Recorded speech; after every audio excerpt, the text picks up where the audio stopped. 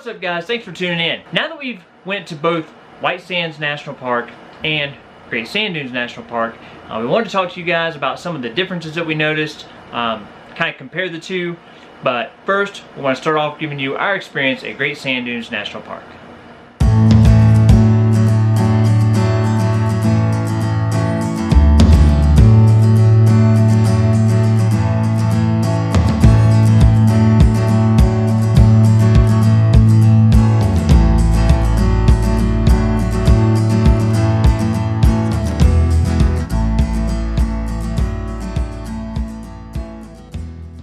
So the place that we decided to stay to visit Great Sand Dunes National Park was Sand Dunes Swimming Pool. And RV park. There wasn't a whole lot available in the area, and that place had good reviews, and it was only $35 a night for water and 30 amp electric. If you're interested in dry camping, they have that available for $25 a night.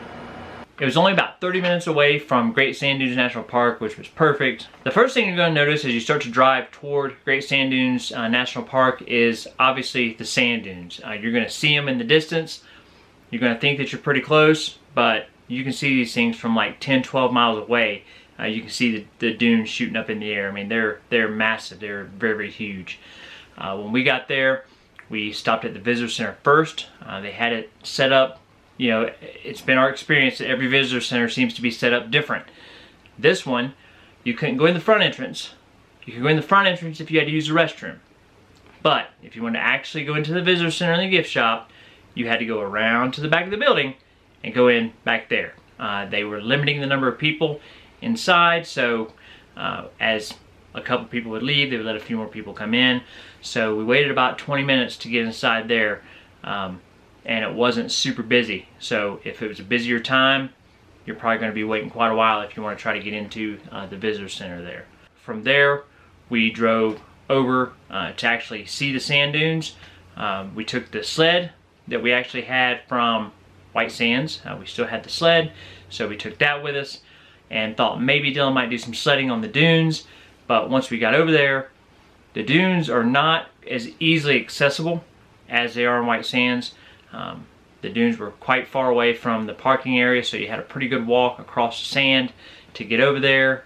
And not only across sand, but you actually would have to cross over some water from a creek. Yeah, so as the snow melts from up higher in the mountains and runs down, it actually starts to form a creek that kind of runs between the parking area and the actual dunes. So that creek was flowing pretty good. There was a lot of water rushing through there. It was pretty chilly on the day that we visited there, so we had no interest in walking through water when it was cold outside. So we decided to pass on going over and actually letting Dylan do any sledding on the dunes. He was fine with that when he saw how far away they were from the parking area.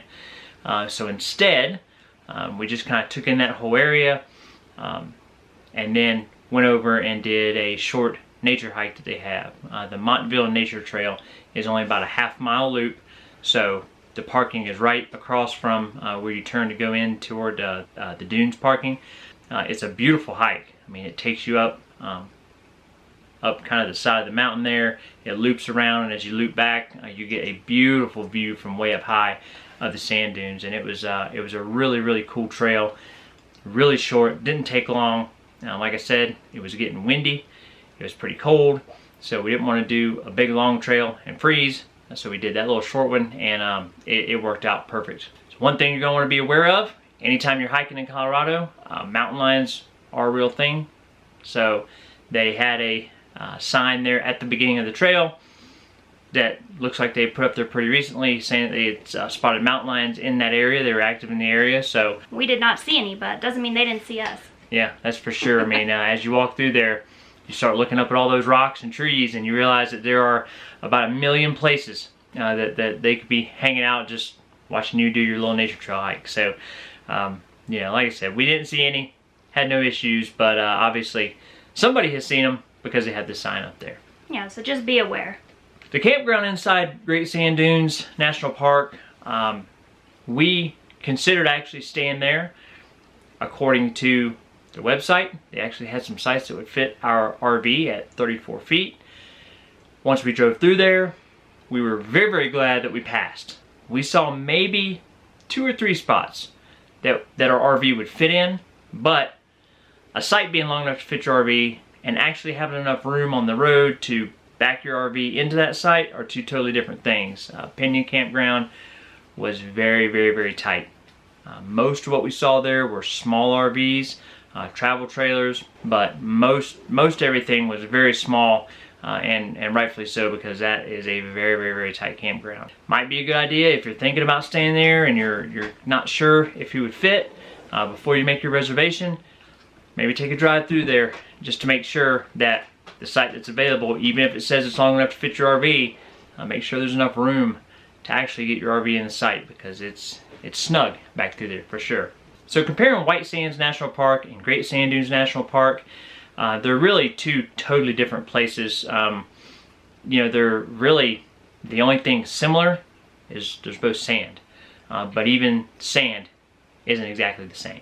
So also both of the dunes spread for miles and miles and miles, and they're both have mountains in the background, and they're impressive. Both of them are very big. So the other thing to note about both of them is that they are pet friendly, which is nice if you can bring your pets with you, and both of them allow you to do sledding in the sand. So the difference in the sand between White Sands National Park and Great Sand Dunes is pretty dramatic. So at White Sands you have that nice bright white gypsum sand.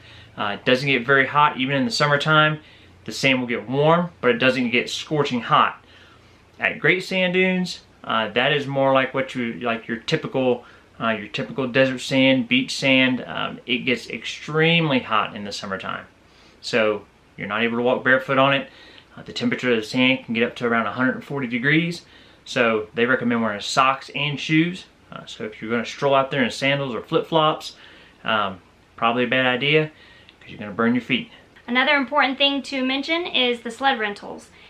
If you're looking to rent a sled, you can do that at White Sands National Park from the Visitor Center, but you cannot do that from within the park at Great Sand Dunes. There's places nearby outside of the park. You don't want to get to Great Sand Dunes and thinking you're going to rent a sled there to find out that they don't have it available, and I'm not quite sure how far you'd have to drive outside of the park to get one. There's nothing close to the park, so if you have to go outside the park to go find a sled or a sandboard or something like that, you're going to be driving for a while to go find one. You don't have to rent one. You're allowed to bring your own if you have it as well. So I think for us, as far as the sledding goes, especially if you have kids, I think White Sands definitely wins in that department. The dunes are smaller. There's, you can pretty much find anywhere as you're driving through. Just pick a spot and go up to the dune and sled down it. Again, Great Sand Dunes, a little more effort involved. The dunes are incredibly impressive at Great Sand Dunes. I think as far as just being impressive at their sheer size, Great Sand Dunes definitely wins. Like I said, you can see those things from like 12 or 14 miles away. As you're getting there, you can just see these giant sand dunes in the distance. So they're very impressive at their size. White Sands is very impressive at just how bright white that sand is. So, it really depends on what you're looking for. Again, it's really comparing apples to oranges, trying to compare these 2 parks, because they're totally different, and each of them have obviously their own beauty in their own way. But I think for kids, especially if it's in the cooler time of the year, I think White Sands would win for the sledding.